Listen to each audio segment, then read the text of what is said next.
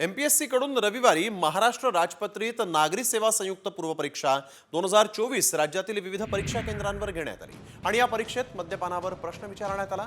त्यामुळे पेपर अवघड आहे की सोपा यापेक्षा दारूच्या प्रश्नाची विद्यार्थ्यांमध्ये चर्चा रंगली आहे। नेमका काय प्रश्न होता आणि कोणते पर्याय होते पाहूयात।